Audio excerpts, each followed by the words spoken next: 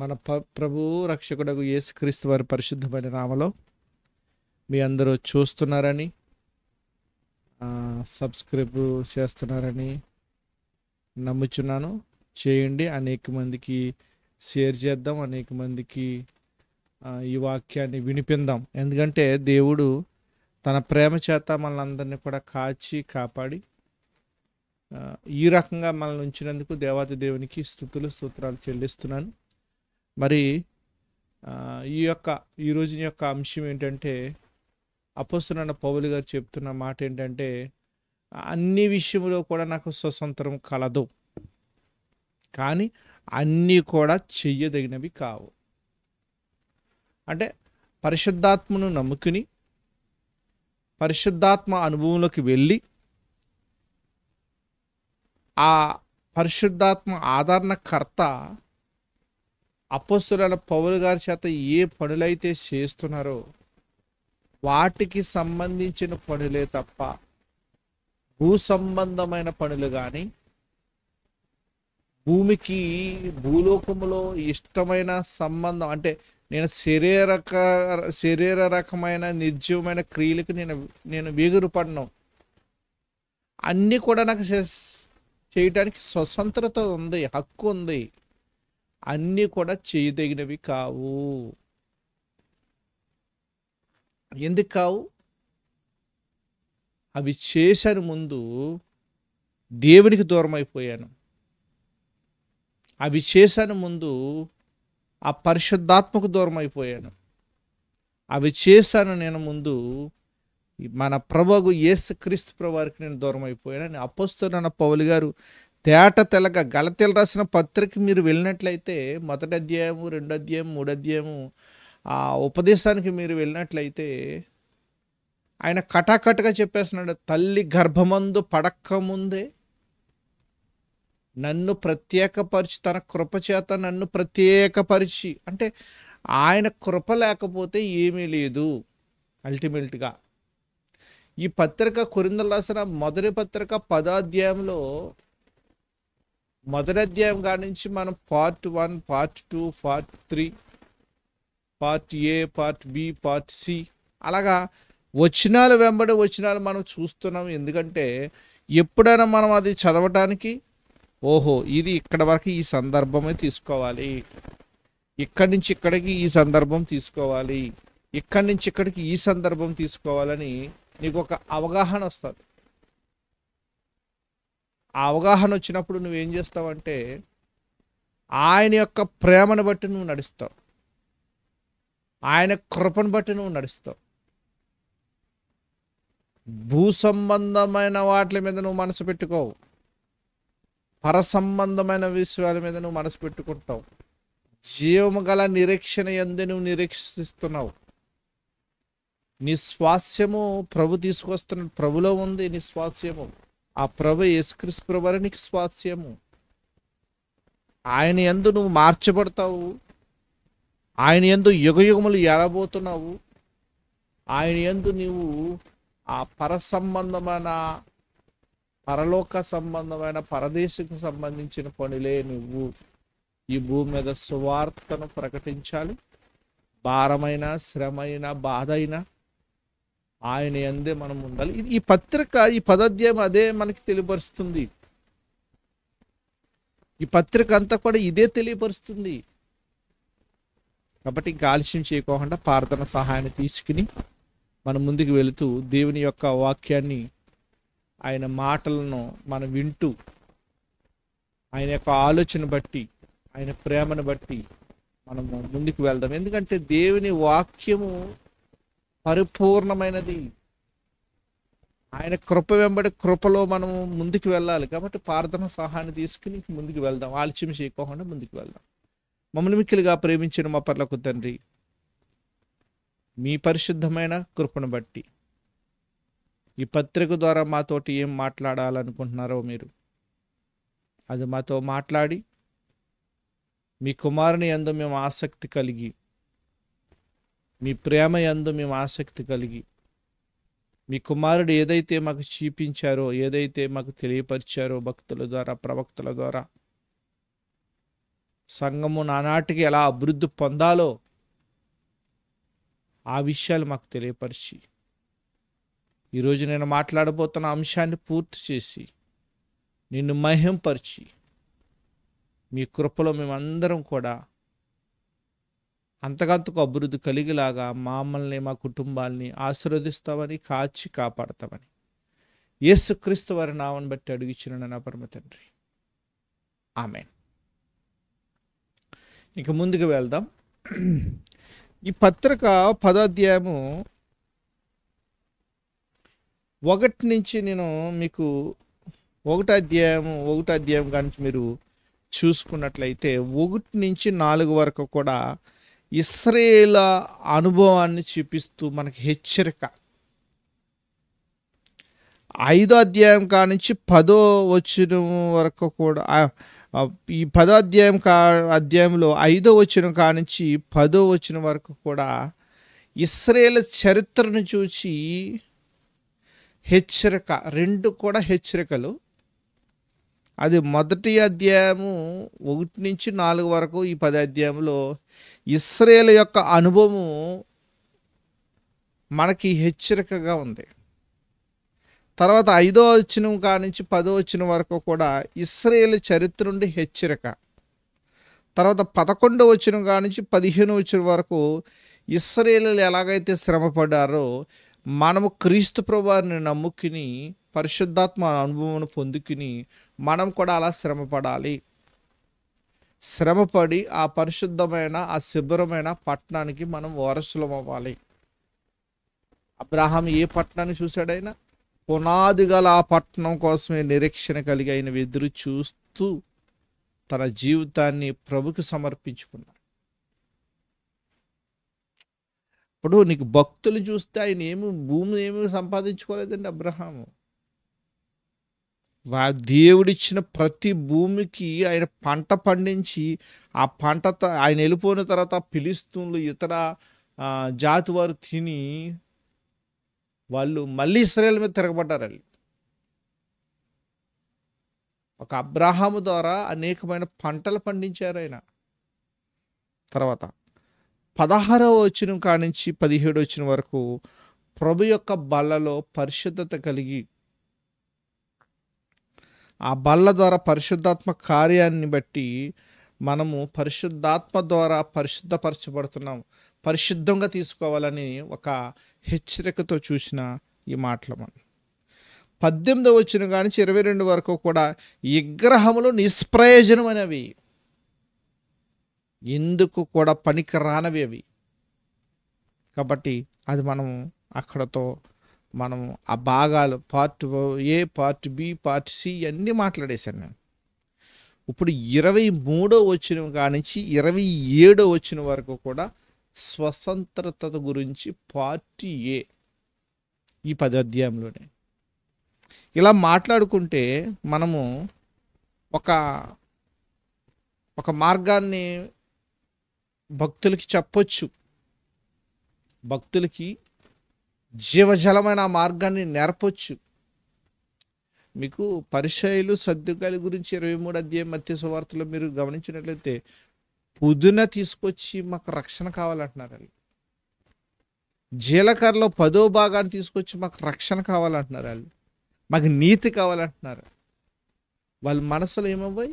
దేవునికి దూరం అయిపోయి వాళ్ళ క్రియలు దేవునికి దగ్గర అనుకున్నారు. వాళ్ళు క్రియ వల్ల మనం దేవుని యొక్క పరిశుద్ధతను మనము పొందలేము. దైవ చిత్తానుసారమైన దుఃఖము రక్షణార్థమైన మారు మనసు నీకు కలగజేయనని ఎరిగి ప్రభువులో నువ్వు కొనసాగాలి. కాబట్టి ఈ 10వ అధ్యాయము 1 నుంచి 4 ఏం చెప్పాను? ఇశ్రాయేలుల అనుభవం నుంచి ఒక హెచ్చరిక.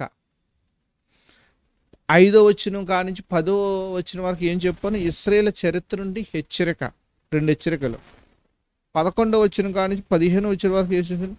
వాళ్ళు పడ్డ శ్రమ క్రైస్తవులైన మనం ఇప్పుడు పడాలి, నిరీక్షణ కలిగి జీవించాలి, ఆ ప్రభు మీద మనం ఆనుకోవాలి. ఇది మాత్రం మనం మర్చిపోకూడదు. ఎందుకు మర్చిపోకూడదంటే దేవుని ఒక వాక్యాన్ని మనం చక్కనైన రీతిలో నేర్చుకోవాలి. నేర్చుకుంటాం వల్ల నువ్వు అనేకలకి నువ్వు చెప్పగలవు.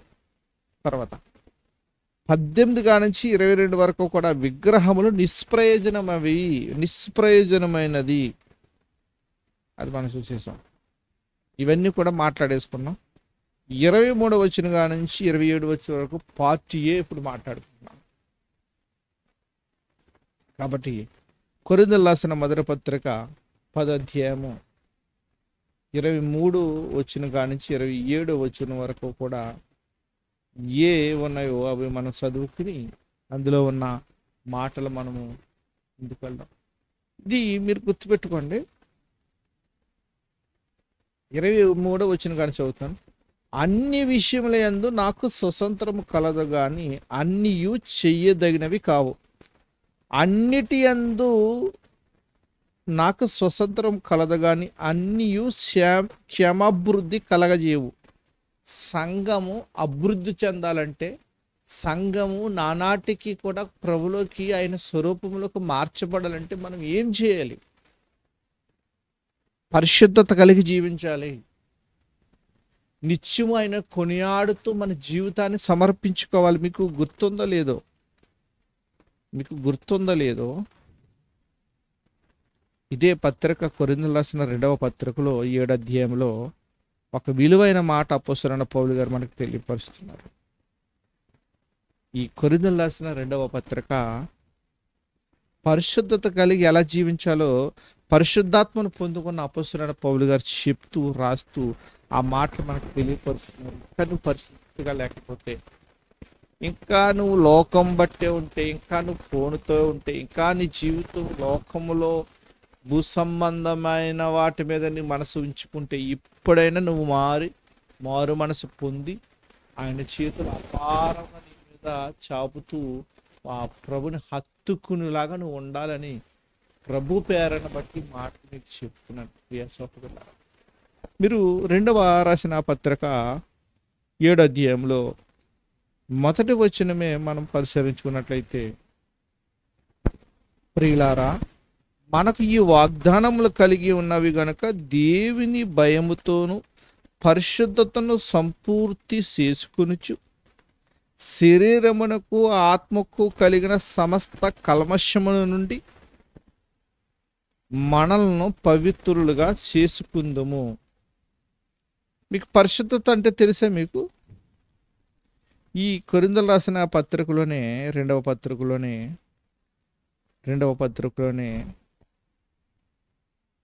ఈ కొరింథీయులకు రాసిన 2వ పత్రికలోనే పరిశుద్ధత గురించి ఒక మాట నేను మీకు చదివి మళ్ళీ వెనక్కి వస్తున్నాను. మొదటి అధ్యాయము కొరింథీయులకు రాసిన 2వ పత్రిక మొదటి అధ్యాయము మీరు 21వ వచనం మీరు చూస్తే, మీతో కూడా క్రీస్తునందు నిలిచినట్లుగా మమ్మును స్థిరపరిచి అభిషేకించిన వాడు దేవుడే. పరిశుద్ధాత్ముడుని పంపుతున్న దేవుడు, పరిశుద్ధాత్మను మనకి పంపిస్తున్న యేసుక్రీస్తు ప్రభువారు నిన్ను నన్ను పరిశుభ్రత పరిచి పరిశుద్ధంగా జీవించాలి, నిరీక్షణ కలిగి జీవించాలని ఈ పత్రిక మనకి చెప్తుంది. ఏంటి? అన్ని విషయంలో యందు నాకు స్వతంత్రం కలదు కానీ అన్నీ చెయ్యదగినవి కావు. ఇది గుర్తుపెట్టుకోండి. మనం ఏ మాటలు మాట్లాడుతున్నావో, నువ్వు దేవునికి అయిష్టంగా నీ జీవితాన్ని ఎలా సమర్పించుకుంటున్నావో, నీ దేహము ఆయనకి సమర్పించుకోవాలి. నీ దేహము ఆయనకి ఆలయంగా చేసుకున్నాడు. ఆయన కట్టుకున్నాడు ఈ ఇల్లును. యెహోవా ఇల్లు కట్టని ఎడల ఆ కట్టివారు ప్రయాస వ్యర్థమే. తన ప్రియులు నిద్రించుచుండగా ఆయన గర్భఫలము యెహోవా ఇచ్చు బహుమానం. అది దేవుని నిమిత్తము, దేవుని పిల్లల్ని దేవుని నిమిత్తం నువ్వు పెంచాలని మనం అందరం పెంచాలి. సాతాను సంబంధంగా మనం పెంచకూడదు. ఏమైపోయి కొరింథీ పట్టణస్థులు వెనక్కి తిరిగారు, పరిశుద్ధాత్మను పొందుకున్నారు, పరిశుద్ధాత్మకు దూరంగా వెళ్ళిపోయారు. ఏమైపోయారు? విగ్రహముల తట్టుకు వెళ్ళిపోయారు, నిష్ప్రయోజనమైన వాటికి వెళ్ళిపోయారు వీళ్ళు. అందుకని అపోస్తలుడైన పౌలు గారు అన్నీ కూడా నాకు స్వతంత్రం కలదు, కానీ అన్నీయు చెయ్యదగినవి కావు. తర్వాత అంటున్నాడు ఆయన, అన్నిటి యందు నాకు స్వతంత్రం కలదు కానీ అన్నీయు క్షేమాభివృద్ధి కలగజేవు. వృద్ధి కలగజేసేది పరిశుద్ధాత్ముడే. పరిశుద్ధాత్ముడు నానాటికి నేను అభివృద్ధిపరుస్తాడు. ఆ పరిశుద్ధాత్ముడు నీకు ప్రవచించే, నీకు గుర్తుపెట్టుకోండి మీరు, ఇదే కొరింథీయులకు రాసిన పత్రిక 12వ అధ్యాయంలో 8వ వచనం కాడి నుంచి పరిశుద్ధాత్ముడు ఎన్ని కార్యాలు ఇస్తున్నాడో, ఎన్ని కార్యాల్లో మనకి పరిశుద్ధపరుస్తున్నాడో 8వ వచనం కాడి నుంచి మీరు చూసుకుంటే, కొరింథీయులకు రాసిన మొదటి పత్రిక 12వ అధ్యాయం 8వ వచనం కాడి నుంచి చూసుకుంటే, ఎలా అనగా ఒకనికి ఆత్మ మూలంగా అంటే పరిశుద్ధాత్మ మూలంగా జ్ఞానవాక్యము, మరొకనికి ఆ పరిశుద్ధాత్మను అనుసరించి బుద్ధివాక్యము అంటే జ్ఞానము. 9వ వచనం, మరొకనికి ఆ పరిశుద్ధాత్మ వలన విశ్వాసమును, మరొకనికి ఆ ఒక్క ఆత్మ వలన పరిశుద్ధాత్మ వలనే స్వస్థపరిచే వరములను. 10వ వచనం, మరొకనికి అద్భుత కార్యములు చేయు శక్తియు, మరొకనికి ప్రవచన వరమును, ప్రవచించే వరము. ఫలానా దిక్కి అంటే ప్రవచనం అంటే ముందు జరగబోయినది చెప్పే మాటని ప్రవచనం అంటారు. కాబట్టి స్వతంత్రాన్ని నువ్వు ఎలా వినియోగించుకుంటున్నావు? ఆ స్వతంత్రం వల్ల నేను జీవించాను, ఆ స్వతంత్రం వల్ల నేను దాస్యంలో నుంచి విడిపింపబడ్డాము. మనల్ని స్వతంత్రులుగా చేశారు ప్రభు. ఆ స్వతంత్రాన్ని నేను దుర్యోగం పనులు చెయ్యను. మీకు గుర్తుపెట్టుకోండి, మీరు రాసుకోండి. గలతీయులకు రాసిన పత్రిక అపోస్తలుడైన పౌలు గారు పేతురుతో మాట్లాడుతున్నారు. ఆయన గలతీయులకు రాసిన పత్రిక మీరు గమనించినట్లయితే 2వ అధ్యాయము గలతీయులకు రాసిన పత్రిక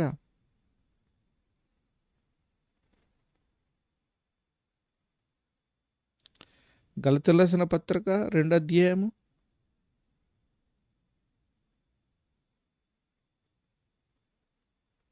18వ వచనం,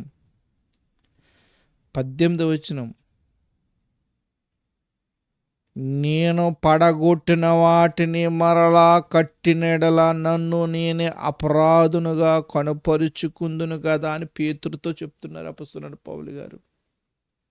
సందర్భం ఏంటి? ఎక్కడి నుంచో వస్తున్నప్పుడు అప్పుడే పేతురు గారు వాళ్ళు అన్యజనులతో భోజనం చేస్తుంటే పెద్దలను చూసి పేతురు గారు లెగిసిపోతే అపోస్తలుడైన పౌలు గారు కోపం వచ్చింది. అందుకని ఆ పదం కూడా చూద్దాం, చూడండి. ఆ పదం కూడా ఇందులోనే చూడండి. ఈ గలతీయులకు రాసిన పత్రికలోనే 2వ అధ్యాయం 13వ వచనం, తక్కిన యూదులతో అతను కలిసి మాయవేషం వేసుకునిరు గనుక బర్నబా కూడా వారి వేషధారణ చేత మోసపోయాను. వారు సువార్త సత్యం చొప్పున క్రమంగా నడుచుకొనకపోవుట నేను చూచినప్పుడు అందరి ఎదుట కేఫాతో నేను చెప్పినదేమనగా, నువ్వు యూదుడు అయ్యుండి యూదుని వలె కాక అన్యజనుల వలె ప్రవర్తించుచుండగా అన్యజనులు యూదుని వలె ప్రవర్తింపవాలని ఎందుకు బలవంతం చేయుచున్నావు? అన్యజనులు యూదుల వలె ప్రవర్తించాలా? ఎందుకు బలవంతం చేయుచున్నాం? మనము జన్మము వల్ల యూదులమే కానీ అన్యజనులు చేరిన పాపులము కాము. మనుష్యుడు యేసుక్రీస్తునందలి విశ్వాసం వలనే కానీ ధర్మశాస్త్ర సంబంధమైన క్రియ మూలంగా నీతిమంతుడు తీర్చబడని ఎరిగి మనమును ధర్మశాస్త్ర సంబంధమైన క్రియ మూలంగా కాక క్రీస్తునందలి విశ్వాసం వలన నీతిమంతులమని తీర్చబడుటకై యేసుక్రీస్తు విశ్వాసమించుచున్నాము. ధర్మశాస్త్ర సంబంధమైన క్రియ మూలంగా ఏ శరీరయు నీతిమంతుడిని తీర్చబడడు కదా. కాగా మనం క్రీస్తునందు నీతిమంతులమని తీర్చబడ వెతుకుచుండగా మనము పాపులములుగా కనబడినలా ఆ పక్షమందు క్రీస్తు పాపమునకు పరిచారకుడైన అట్లను రాదు. నేను పడగొట్టిన వాటిని మరలా కట్టిన నన్ను నేను అపరాధగా కనుపరుచుకుందును కదా. నేనైతే దేవుని విషయమై జీవించు నిమిత్తం ధర్మశాస్త్రం వల్ల ధర్మశాస్త్రం విషయమై చచ్చిన వాడినైతే. దేవుని విషయం ఏంటంటే స్వతంత్రత ఇచ్చాడు నాకు. ఆయన తన కుమారుని పంపించి నాకు స్వతంత్రత ఇచ్చాడు. కాబట్టి ఈ పత్రికలో పార్ట్ ఏలో కొరింథీయులకు రాసిన పత్రిక 1వ అధ్యాయంలో కొరింథీయులకు రాసిన పత్రిక, మొదటి కొరింథీయులలో పత్రికలో 10వ అధ్యాయంలో 23వ వచనంలో నువ్వు ఏమి నేర్చుకున్నావు? స్వతంత్రతను నేర్చుకున్నావు. ఏంట స్వతంత్రత? ఇదే అధ్యాయంలోనే, గలతీయులకు రాసిన పత్రిక ఇదే అధ్యాయంలోనే 5వ అధ్యాయంలో మొదటి వచనం, ఈ స్వతంత్రం అనుగ్రహించి క్రీస్తు మనల్ని స్వతంత్రులుగా చేసి ఉన్నాడు కాబట్టి మీరు స్థిరంగా నిలిచి మరలా దాస్యమనే కాడి క్రింద చిక్కుకొనకుడి. కాబట్టి దేవుని వాక్యానికి లోబడాలి. దేవుని ఆసక్తి కలిగి, ఆయన ప్రేమ కలిగి మనము ఉండాలి. ఈ మాటలు విని నువ్వేం నేర్చుకున్నావంటే, నేనేం నేర్చుకున్నానంటే, స్వతంత్రతను దుర్యోగపాలం చేయకూడదు, పరిశుద్ధత కలిగి జీవించాలి. అన్నియందు నాకు హక్కు ఉంది, అన్నీ చేయదైనవి కావు. పక్కవారిని మనం రక్షించుకుంటా కిందకు వెళ్దాం. కింద వచ్చినానికి వెళ్తే పక్క మనిషిని ఎలా కాపాడుకోవాలో ఇంకా తర్వాత రేపు భాగాల్లో మాట్లాడుకుందాం. పక్క వ్యక్తితో నీ భాష శైలి ఎలా ఉండాలో అది కూడా నేర్చుకుందాం. కాబట్టి దేవుడు తన అపారమైన కృప మనందరికీ కూడా కలగజేయునుగాక. స్వతంత్రత గురించి నేర్చుకున్నాం. చక్కనైన మాటలు మనము ఆయనను వెంటాడు వారంగా ఈ మాటలను బట్టి ఆయన యందే మనం అభివృద్ధి కలిగేలాగా ఇంతటితో ఈ మాటలు ముగిస్తూ మరొకసారి మీ అందరికీ కూడా నా హృదయపూర్వకమైన వందనాలు తెలియపరుస్తున్నాను. Thank you all. అనేకలు షేర్ చేయండి, దీన్ని సబ్స్క్రైబ్ చేయండి. ఎందుకంటే అనేకలకి యూట్యూబ్ అతను పంపిస్తూ ఉంటారు, దాని మీద అనేకలు విని రక్షణ కృపకు వస్తారు. కాబట్టి అందరిని బట్టి కూడా మరొకసారి బ్రతిమాలుకుంటూ మనం క్రీస్తులోనే కొనసాగుదాం. స్వతంత్రాన్ని దుర్వినియోగం పరుచుకోవద్దు. ఆ స్వతంత్రాన్ని పరసంబంధమైన స్వతంత్రత, అది మన దాస్యంలో నుంచి విడిచిపడ్డాం. వెలపెట్టి ప్రభు రక్తం ద్వారా, ఆ ప్రోక్షణ రక్తం ద్వారా నిన్ను నన్ను కొనుక్కున్నాడైనా. కానీ మనం విలువైన వాళ్ళము, ఆయన సొత్తైన ప్రజలము. ఆయన ఆత్మ మనలో నివసిస్తుంది. ఆ పరిశుద్ధాత్మ మనం దుఃఖపరచుకోకుండా మనం ఎలా జీవించాలంటే ఆయన యొక్క స్వరూపంలో దినదినము మనం మార్చిపోవాలి. క్రీస్తు యొక్క మనసుగా మనం మార్చిపోవాలి అని ప్రతి ఒక్కరికి ప్రేమపూర్వకంగా చెబుతూ ఇంతటితో ఈ మాటలు ప్రభు సన్నిధిని బట్టి ముగిస్తున్నాను. మళ్ళీ తర్వాత పార్ట్ బి మాట్లాడుకుందాం. ఆ స్వతంత్రాన్ని దుర్వినియోగపరచుకోకుండా దాన్ని ఎలా కాపాడుతాడో పరిశుద్ధాత్ముడు, ఆ మాటలు కూడా మనం తర్వాత భాగాల్లో మాట్లాడుకుందాం. Thank you all. అందరికీ కూడా వందనాలు తెలియపరుస్తూ ఇంతటితో నా మాటలు ముగిస్తున్నాను. అనేకులకి దేవుని వాక్యం చెప్పండి, అనేకులకి షేర్ చేయండి. అనేకులకి షేర్ చేయటం వల్ల మీరు అనేకులకి దేవుని వాక్యం బోధిస్తారు. మీ తరపు నుంచి కూడా సువార్త వెళ్తుంది. ఆమేన్. Thank you all.